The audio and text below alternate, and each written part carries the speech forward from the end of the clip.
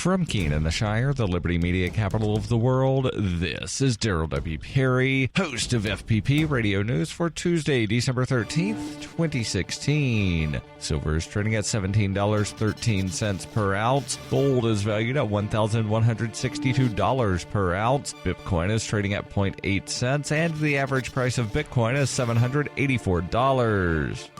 Antiwar.com reports in a statement clearly directed at President-elect Donald Trump, the White House on Monday declared President Obama to be firmly committed to the One China policy, insisting that he will remain so for the rest of his time in office, which is about a month. White House officials also spurned Trump's comments on trying to negotiate a better deal with China on trade, warning that the One China policy must never be used as a bargaining chip and that Trump's comments could have a disruptive effect on Sino-American relations. Bizarrely, White House spokesman Josh Earnest claimed Taiwan is a close partner to the United States and accused Trump of planning to bargain away Taiwan in negotiations with China. In reality, the United States has had no diplomatic ties with Taiwan since 1979, and the anger at Trump was because he dared to take a phone call from the Taiwanese president. Trump's position gave no hints he was going to bargain away Taiwan, but rather suggests he conditioned the status quo on resolving disagreements with China. In taking the phone call in the first place, Trump underscored the folly of the status quo, in which the U.S. heavily arms Taiwan and pledges military aid for them, but officially does not recognize their existence and can't even talk to them on the phone. The Obama administration may go out of its way to fault Trump and to commit itself to the status quo, but in practice, the One China policy would not be able to survive a president that doesn't want to keep the pretense up. For nearly 40 years, Roberts & Roberts Brokerage has been a trusted source for buying and selling precious metals like gold and silver. They also take Bitcoin for precious metal purchases and have permanently removed the minimum purchase amount for all orders paid in the digital currency. Call Roberts & Roberts today for knowledgeable advice on buying and selling precious metals and a forward-thinking approach to new technologies. 800-874-9760 or visit online at rrbi.co.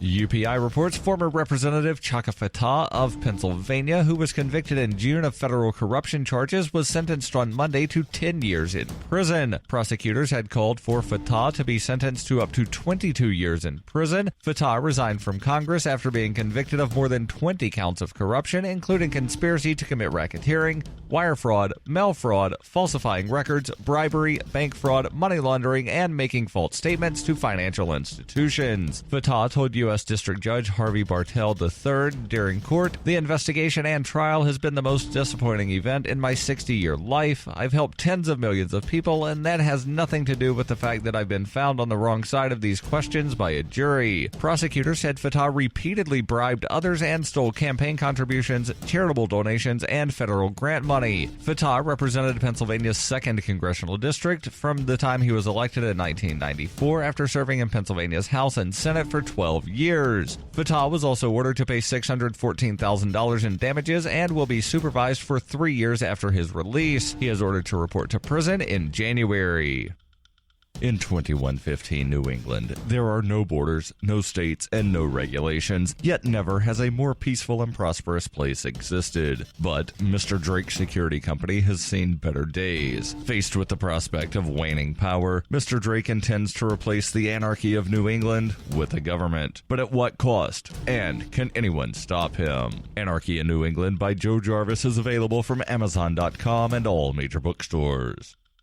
Reuters reports the recount effort by Green Party presidential candidate Jill Stein in 3 U.S. states came to an end on Monday after weeks of legal wrangling yielded only one electoral review in Wisconsin that favored Republican Donald Trump. A federal judge in Pennsylvania rejected Stein's request for a recount and an examination of the state's voting machines for evidence of hacking in the November 8th election won by Trump. Meanwhile, Wisconsin election officials said on Monday they had completed their 10-day recount after finding that Trump's margin of victory over Democrat Hillary Clinton had increased by 131 votes. Stein, who finished 4th, challenged the results in those 2 states as well as Michigan, where the state's top court on Friday denied Stein's last-ditch appeal to keep a recount going. Even if all 3 recounts had taken place, they were unlikely to change the outcome of the election. Stein argued the use in many Pennsylvania districts of electronic voting machines with no paper trail left the system vulnerable to hacking. This has been FPP Radio News, online at fppradio.com.